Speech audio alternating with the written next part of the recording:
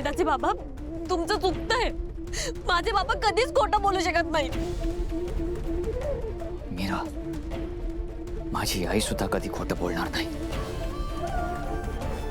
आणि तुझे बाबा आहेत म्हणून त्यांना सोडलं, नाहीतर रामपूर यांच्या घरात येऊन माझ्या आईवर असले आरोप करणाऱ्या व्यक्तीला मी जीव.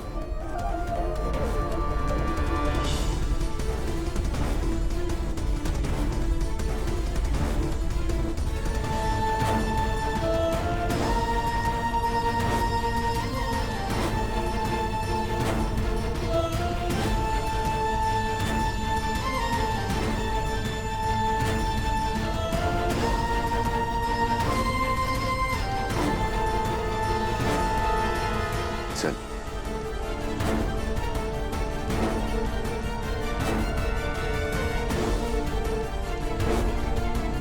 मीरा, बाबांनी इथे यायला नको होतं. त्यांनी आईंवर खूप चुकीचे आरोप केलेत. काही झालं ना तरी सुद्धा माझे बाबा असा आरोप कोणावर लावणार नाही. म्हणजे काय म्हणायचंय तुला? आई चुकीचे आहेत. मीरा, लहानपणापासून बघतीये मी त्यांना. त्या अनाथ आश्रमात त्यांनी मला लहानाचं मोठं केलंय. अथर्व आणि अनन्या सावत्र मुलं असताना सुद्धा त्यांना स्वतःच्या मुलांपेक्षा जास्त जीव लावलाय. मी अनाथ होते अगं. मला अथर्वची बायको आणि स्वतःची सून म्हणून या घरात आणलं त्यांनी. ती माया, तिच्याशी तर काही संबंधही नव्हता त्यांचा. फक्त माझी मैत्रीण आहे म्हणून माझ्या शब्दाखातर तिला या घरात जागा दिली त्यांनी. त्या चुकीचं वागू शकतात.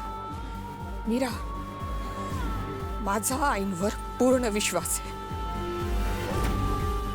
तसं असेल ना तर माझा सुद्धा माझ्या बाबांवर पूर्ण विश्वास आहे. लोकांना वाटत असतील ते वेडे, पण मला नाही वाटत. आणि हो ताई, त्या मांत्रिकापासून बाबांनीच तुला वाचवलं होतं. हो, वाचवलं. ते मी अमान्य करतच नाहीये, पण म्हणून त्यांनी आईंवर असे आरोप करावे हे मला पटत नाहीये मीरा. आणि मुळात ते मायाने केलं होतं, आईंनी नाही. तुला बाबांची बाजू पटत नाही तर ह्यात तुझा दोष आहे. आणि बाबांच्या प्रेमाखातर जर तुला सत्य दिसत नाही तर हा तुझा दोष आहे.